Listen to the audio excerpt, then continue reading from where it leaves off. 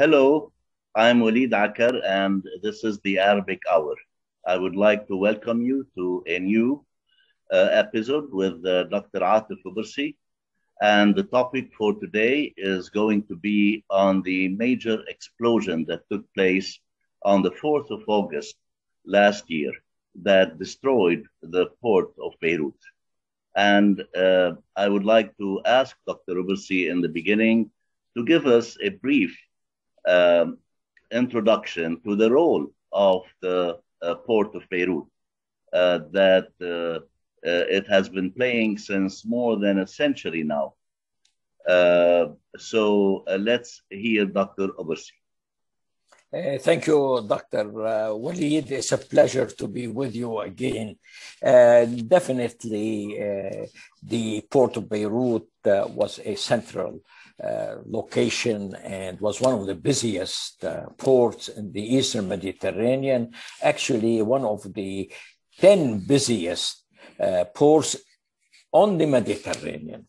And the tragedy that visited the port and claimed so many lives, over 213 people, wounded over 6,500 persons, and destroyed a large number of homes and buildings that rendered homeless 300,000 people. But as you said, Dr. Akar, the issue here is that port was a central location, a prime economic location that served the Mediterranean, and particularly not only Lebanon, but the whole Near East and places as far as Saudi Arabia and many of the Gulf countries have used the port as an economic conduit.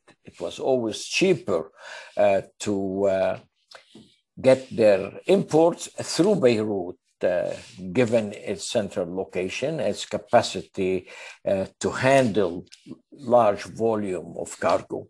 As you said, it's not 100 years, it's almost 200 years, 1850.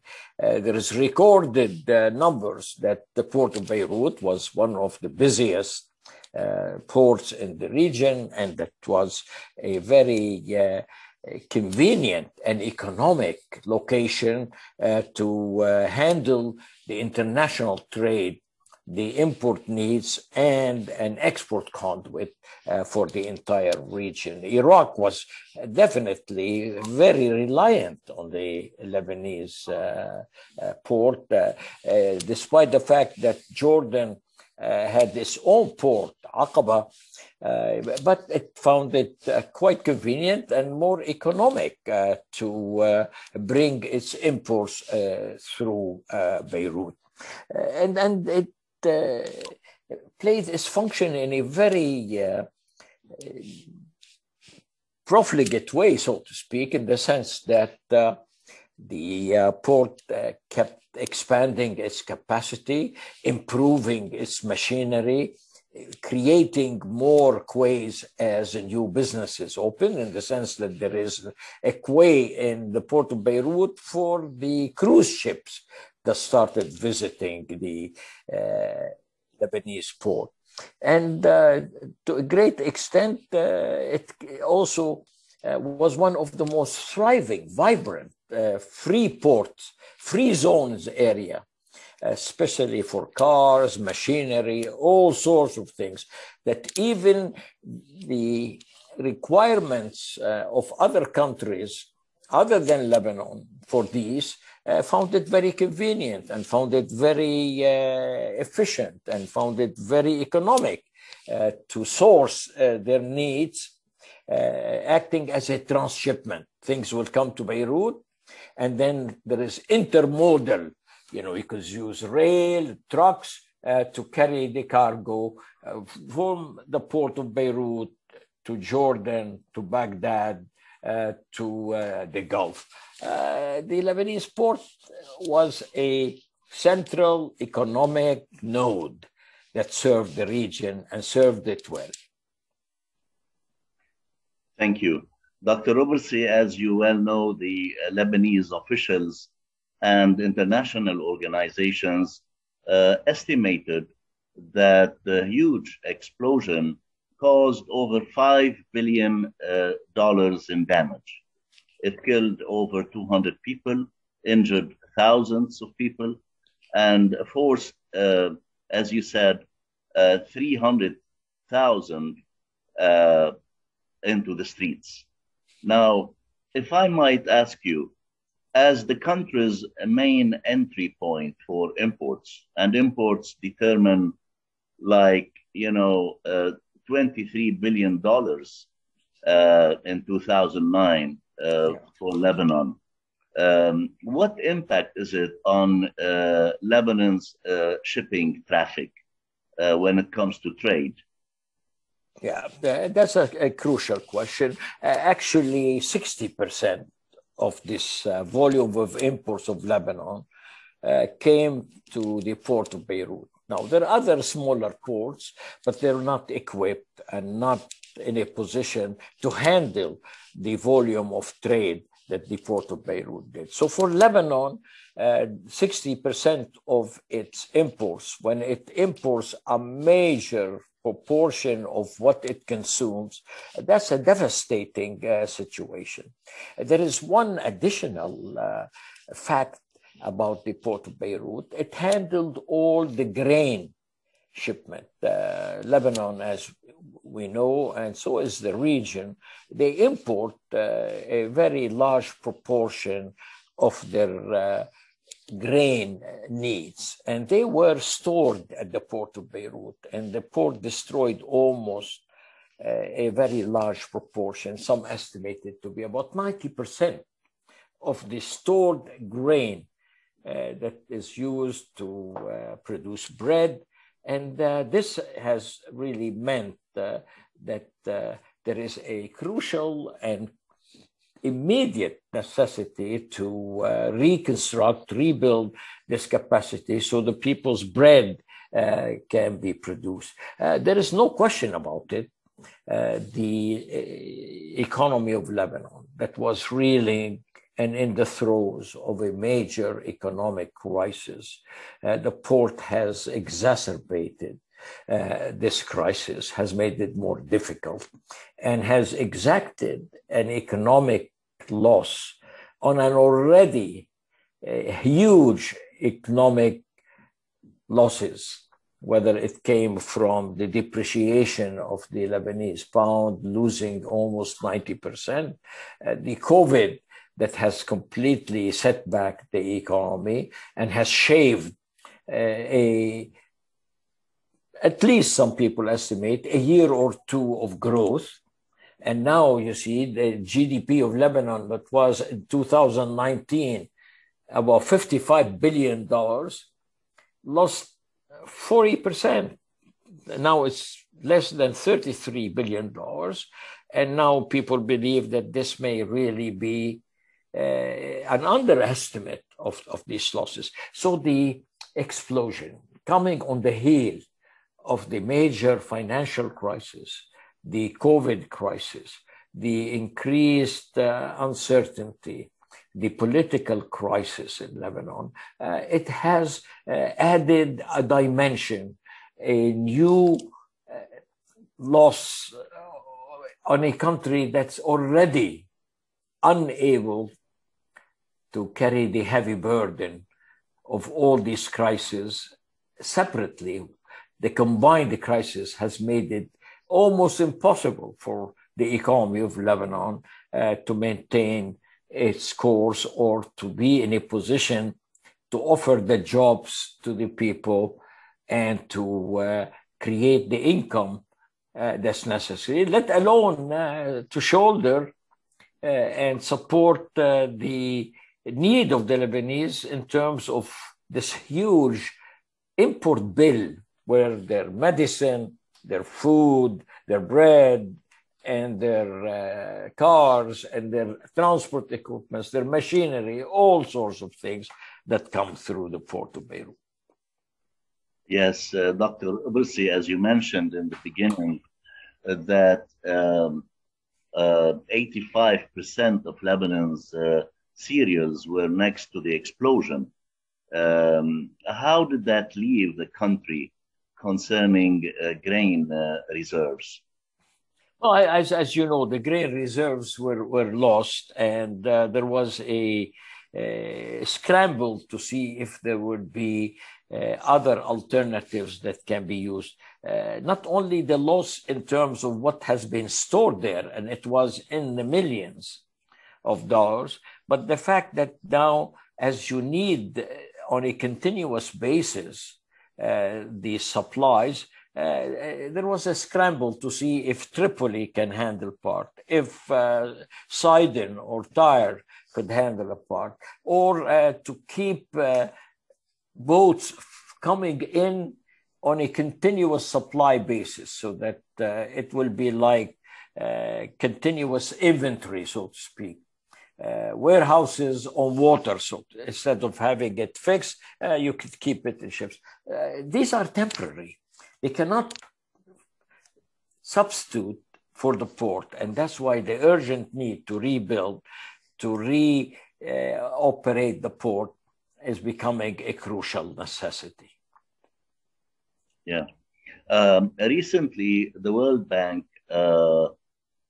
issued a statement estimating the poverty in Lebanon, saying that almost 45% of the Lebanese people are under the poverty line, according to the World Bank. What is the effect of the explosion on supply? And is that related to poverty in Lebanon? Yeah, absolutely. One way or the other, you and I are economists, and one of the basic facts of economics is that once you lose a particular activity, the losses do not stop at the immediate direct effects. It permeates, it gets magnified. The whole concept of multiplier applies here. So what's happening here now is not only we're going to lose the income from the port, people who worked in the port were in the hundreds, if not thousands, have lost their income. The story is to what extent limited and disruption of supply chains would also get multiplied and magnified through the economy. And all these things ultimately affect not only income and jobs, it will throw new scores of people to the poverty lines. And there is no question about it. Some people have estimated that maybe more than 55% of the Lebanese now are below the poverty line. Yeah. And if we take another topic and see the impact of the explosion on energy in general, as you know, the Lebanese government has been subsidizing power electricity by almost $2 billion annually on average through the years, which accounts to 40% of the country's public debt. Do you find a direct relation between the explosion and the energy crisis, in the sense that it has worsened the energy problem? Could you please give us some information on that? Yeah, well, definitely. As you know, we import much of what we call it fuel needed for electricity generation. And we import, especially now and before Lebanon is able to produce its own gas and oil, we depend almost exclusively on imports. The only silver lining here is that some of these imports go directly to small ports in the vicinity of the electricity generating stations. But there is a real issue here in the sense that maybe not directly affected, but certainly indirectly. And how indirectly is in the sense that now this explosion is going to chip into the economic vitality of Lebanon, into the economic revenues of Lebanon, in the capacity to produce. So the explosion, if it did not affect directly the energy sector in terms of its guaranteed supplies, it's going to affect it in terms of the incapacity of the Lebanese economy to bear the burden and to be able to pay in hard currency for these imports. The electricity sector is such a complex one, and it is part of the complexity of the whole issue of Lebanon. There is really some incredible issues there that we need, maybe you and I, Dr. Waleed, to maybe have a special program on it, because Lebanon is endowed with 320 days of sunshine, has really not exploited this position, this endowment, and there is really a fantastic necessity and capacity here to shift the production of electricity from fossil fuels into renewable solar system. And sooner or later, we're going to do that. It's cleaner, it's cheaper, it's more guaranteed. I mean, fuel things could be used as auxiliary, supporting, a fallback, but they should not be the main source of our electricity. Yes, what do you think are the main reasons preventing the Lebanese government from, going ahead and getting support and getting the expertise from some other country, in order to resolve this issue, which has been a real problem since the end of civil war in 1990? Yeah, no question. There are some real and some contrived reasons. The real reasons have been that our electricity generation capacity has depreciated over the years. And we have been quite happy to rely on foreign supplies and foreign ships and things, that there has not been a serious attempt on the part of the government and the business sector to find viable, more credible and more supportive initiatives. And there is also corruption. And then people know that there are a huge sector of alternative generation that some of the politicians and some of the unscrupulous business have exploited the need of the people for this. So it's a complex one, as I said, and maybe you and I should have revisit this because definitely there is some very easy, credible alternatives that have not been used or have been appreciated or have been considered to be viable and necessary alternatives. Yeah. Before we move to the political impact, I would like to continue a little bit, if you allow me, in the economic aspect.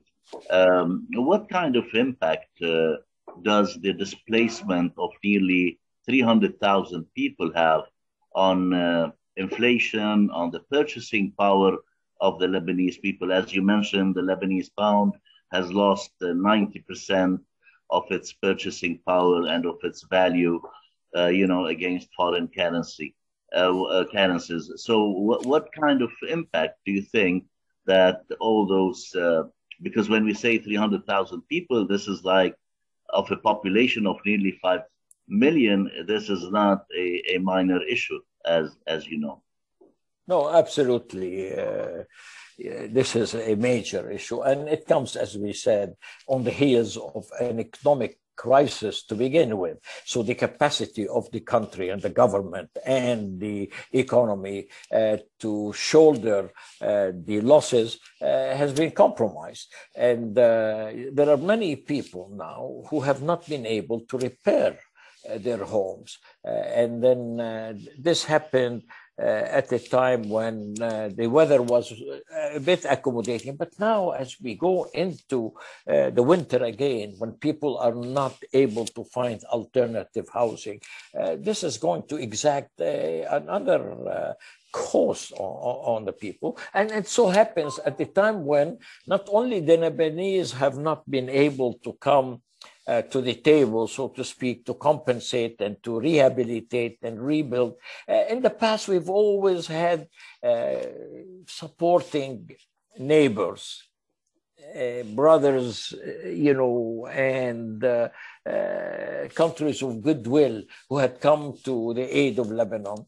It so happens this time that there is a concerted effort on part of everybody to neglect Lebanon or to exact a toll on Lebanon, concessions, political or otherwise, that are probably too high and too disturbing, in the sense that, I would like the Saudis to help us, but if the Saudis want to help me only if I were to threaten the social peace and political peace and to exclude some group or to precipitate or to edge the Lebanese towards internal conflict, that's too heavy of a price. This is really now becoming a very important issue. To what extent can we depend on parties that could come to our help? And we need it. We are not able to shoulder this by ourselves. And first and foremost, you and I have advanced the proposition that we can depend on the economic depth of Lebanon through the Lebanese diaspora. But given the corruption, given the situation, people have been a bit reluctant to be of help. But now there are people who are really saying, okay, what we need to do here is to create a trust fund, an international trust fund, not only to bring money from diaspora, but to allow the diaspora to also participate actively in the administration of this. If we cannot rely and depend on a political class that has forsaken Lebanon and has really turned its back on the Lebanese people and has allowed corruption to rule the day for them, then let's take in the diaspora ourselves a bit of a responsibility, not only to organize ourselves to collect money and help Lebanon. And we're not helping Lebanon, we're helping our brothers and sisters, mothers and fathers, grandparents who we left behind. But let's do it in an intelligent, correct, and clean way, in a way that every penny we could get the biggest bang from it, and not to be squandered through all these corruption avenues that Lebanese have become so famous for. Yeah. 2 days ago, the Lebanese people demonstrated, thousands, at least tens of thousands of them demonstrated, asking and demanding the Lebanese government to come up with some explanation of what has really happened. What was the real cause behind the huge explosion? And officially, Israel has denied any responsibility or any relation to the explosion. Actually, the Israelis offered humanitarian aid at that time. Would you like to say something about that? Well, yeah, if you have 2 hours, but let me be brief. There is here definitely a situation, Dr. Waleed, where we have a crime.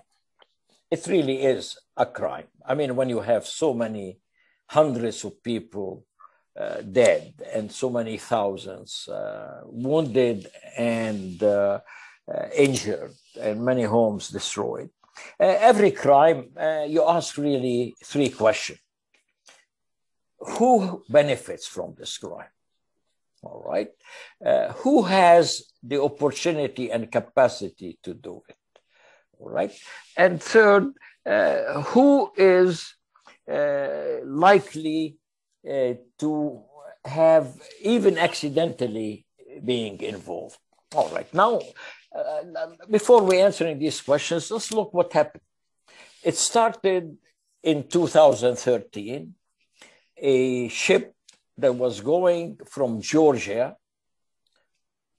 to Mozambique carrying ammonium nitrate, 2,700 tons of ammonium nitrate, which is highly explosive. On its way to the Mozambique, it was diverted and came to Beirut under very serious questions. And then the presumption being is that by 2014, everything was unloaded into one of the warehouses in Lebanon. Some people think that the 2,700 tons have exploded. Everybody who looked at this case would tell you maximum 700 tons have exploded. Another 2,000 must have been smuggled and went someplace in a very mysterious, unaccounted for.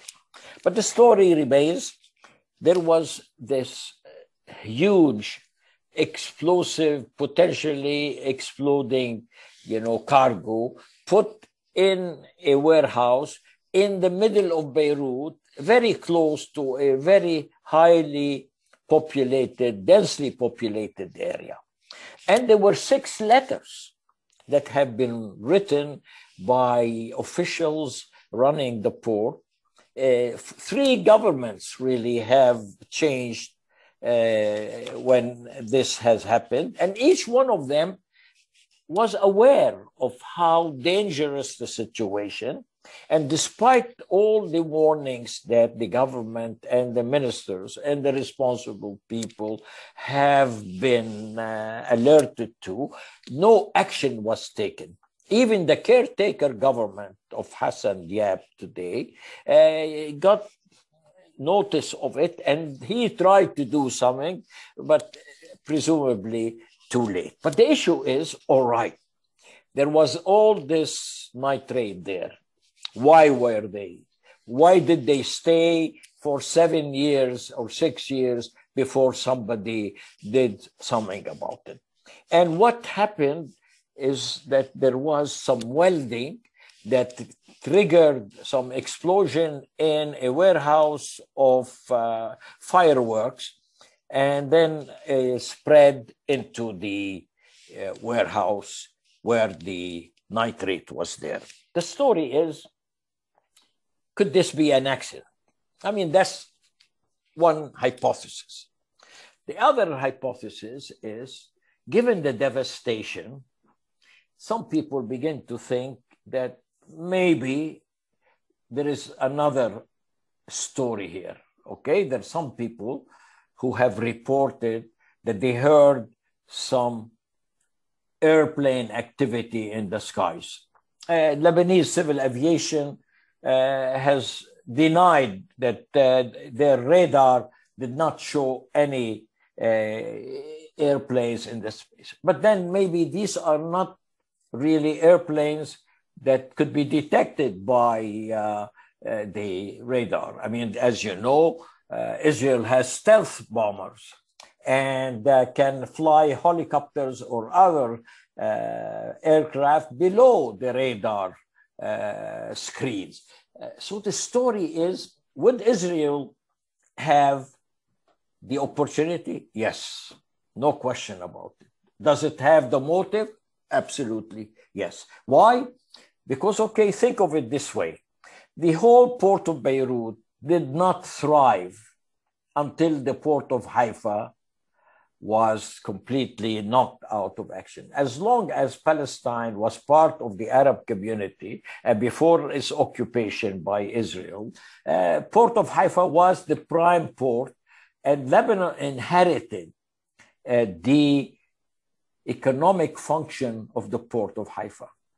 And now, and this is with hindsight, there are lots of circumstantial evidence. There is no concrete, hard evidence, no question about it.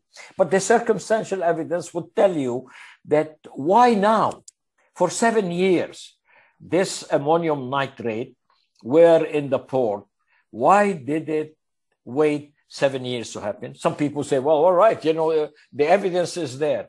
what happened during these 7 years that happened now but did not happen before is all of a sudden, all these Gulf countries that relied so heavily on the port of Beirut are now in normalization relationship with Israel.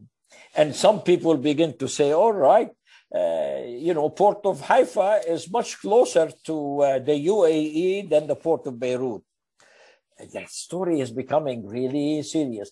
Why has it been that the port of Beirut gets to be destroyed at a time when the revival of the port of Haifa is more credible and more possible and more likely than in the past? And that's a question. Somebody has to completely come and convince the investigators that that coincidence is purely coincidence and not part of a constructed reality that can explain what happened.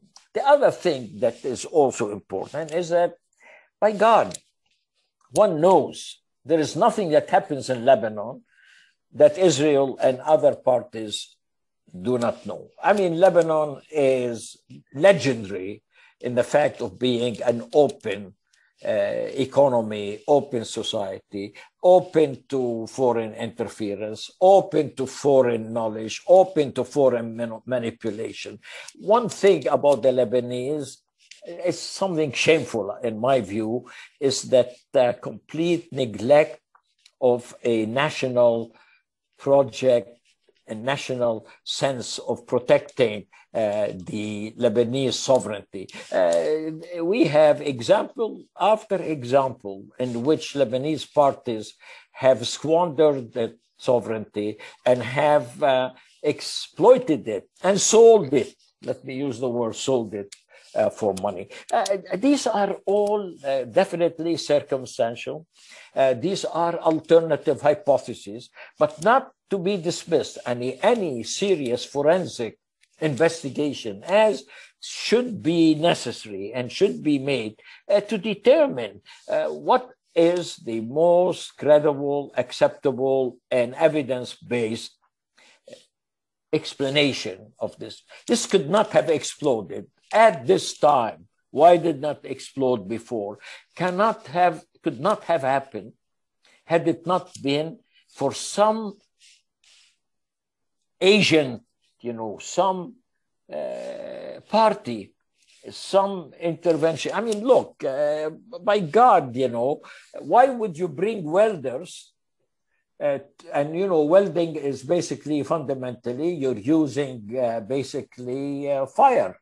Why would you really allow it if the government knew and the responsible people knew that there are all these dangerous cargo there? Why would they allow welders to come and operate in the vicinity?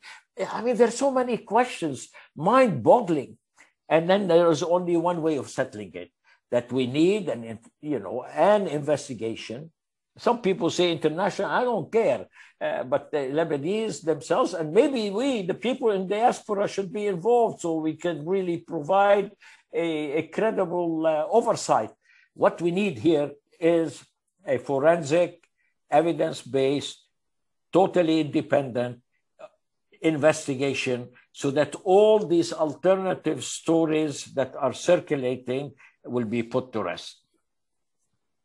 Yeah, that gives a clear idea on the political part. But I would like to, to ask you if you can elaborate a little bit on how competitive the port of Beirut has been through the years to Haifa port. Because I was reading in some of the daily newspapers of the Gulf, Arab Gulf countries, claiming that there is some exaggeration in, when we talk about the role of the port of Beirut, and that, the port of Haifa is doing well, whether the port of Beirut is existing or not. It's, it's taking most of the trade in the area. Could you please explain that a little bit? Absolutely, and it's quite naive and totally inadmissible for people to dismiss how important the port of Beirut was as long as there was an Arab boycott of Israel. You cannot isolate the two. Look, the port of Haifa could be more efficient in terms of cost per ton delivered, say, from Haifa to Saudi Arabia. But the circumstances were not really conducive. I mean, there was an effective and a compliant Arab regime system that saw in Israel as an enemy, and that any economic aid or economic normalization is contrary to the interests of the Arab, as long as Israel remains an occupying force and has treated the Palestinians in such an abject dismissal of their inalienable right to self-determination and to human rights. So there was an effective, at one time, the Arab boycott, in the estimation of the Israelis before the Oslo Agreement, cost them $90 billion. All right, so there was a credible Arab boycott. There were many corporations would not entertain the possibility of doing business with Israel, because this was a small country of 5 million people. Its trade, even when you exaggerate it to the point of $100 billion, was a fraction of what the Saudis alone, or the Kuwaitis, or the Emeritus, or the Omanis, or the Qataris. So to a great extent, the depreciation, the dismantling of the Arab boycott definitely plays a role, whether the port of Beirut is an economic alternative to Haifa. In the absence of the boycott, and if one would really treat the Israelis as part of the region and would normalize, despite the fact that Israel is an occupying country of the Golan Heights and of the West Bank, I mean, there is definitely here a big issue. In the absence of normalization, the port of Beirut, whether the Emiratis or the Saudis or the Omanis or the Bahrainis or the Qataris would think is not as serious and a credible alternative, they will be lying to themselves and to us. Beirut was the port of choice for the region, and this would be continued had there been compliance and respect for the Arab summit that would not allow any economic interaction with the Israelis as long as they remain an occupying force. But if you dismiss this, then everything is open. Yeah, Dr. Kubursi, you know, we can go on for hours discussing the damages on education, on health services, environment, and, you know, we discussed few of them, but, you know, tens of institutions, medical institutions, educational institutions has been damaged in the area close to the seaport of Beirut. But, you know, I would like to ask you about what could be done now, and how long does it take, and what would the cost be of rebuilding Port of Beirut in the sense that it regains some of what it has, of the role it has been playing? Yeah, I mean, there is one fact to recognize, but one that has to be faced squarely, honestly, and forthrightly. The economics of the port of Beirut are substantive, but it all depends to what extent corruption does not short circuit, does not seep, does not interfere in the viability of this. As you know, you see, the port was, an open farm, so to speak. Lebanese forces had an area. The Amal movement had another area. The free Tayyar al-Hur, the free patriotic, they all were treating the port as a milking cow. And they tried to explain. If you allow the port to operate as a national institution, and if you prevent and safeguard it from corruption, the Lebanese port is an economically viable. And if it's economically viable, then any party that would come to rebuild, to rehabilitate, can recoup back its investment in few years. I mean, most of the infrastructure in the third world, and not even the third world, every place typically is under what we call BOT, build, own and then transfer, in the sense that we give them a exclusive right for 10 years to operate it and to take the revenues from it that would be used to compensate them for whatever capital cost they would incur. But then, once they recover their investment cost, they will have to transfer. And as you know, at the moment, there is really a competition between the French, the Russians, and many others who had come and would not have come if the port was not such a lucrative investment. Everybody knows they didn't come just for the love of Lebanon, but they came because they find that there is an economic surplus that could be generated that could really defray the capital cost over a short period of time, given the huge rent that would be generated.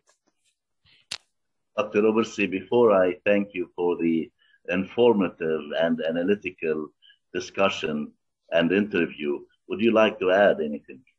Well, of course, I would like to really, say a few things. That one, we need definitely to compensate the people who had suffered. I mean, those who lost their breadwinners, and there were many workers that lost the breadwinners. Compensate the firefighters who came in to help and to put the fire and lost their life.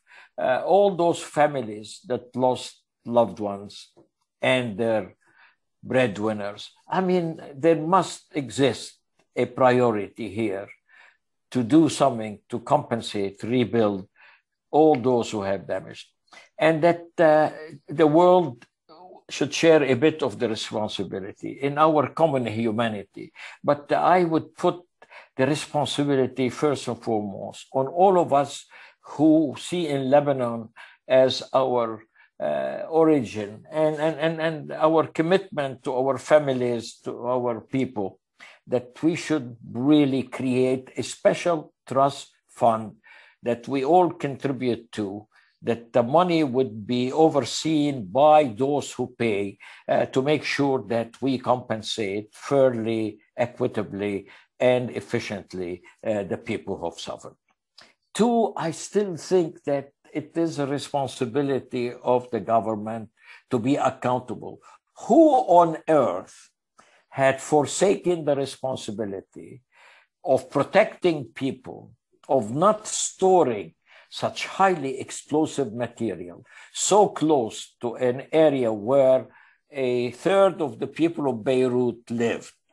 And the other aspect of it is that we should not and totally ignore and forfeit our right to hold whatever party responsible for it for paying. Look, there is something that irritates many of us economists from the region, and I'm sure you and I share this. Israel has destroyed so much. It came in 78, it came in 82, it came in 2006. It bombed all the infrastructure of Lebanon. Where has the Lebanese been? It's a sovereign state. We are a member of the international, criminal court. Why can't we take Israel to pay for all the damages it has exacted and inflicted on us? And I bet you that we can get enough surpluses. It's our right. It's our guaranteed international right under international law to make sure that those who destroy, those who meet murder and destruction are responsible for compensating their victims. And I, for the life of me, cannot understand why have we been so quiet, so negligent of holding these parties responsible for what they have done, accountable for what they have. They have a culture of impunity, and we keep completely turning a blind eye and a deaf ear to the cries of the Lebanese for compensation for what they have lost, and have not taken any initiative or any credible action or any responsible action to hold those who have visited the Lebanese with such destruction and such crimes accountable for what they have committed. Yeah. Always a pleasure to have you. On behalf of the Arabic Hour, I would like to thank you for this pleasant, informative interview, hoping we get the chance to talk about the energy issue in some other time. Thank you so much. My pleasure, and always a pleasure to be with such a good interviewer. Thank you so much. Thank you. Bye-bye. Bye.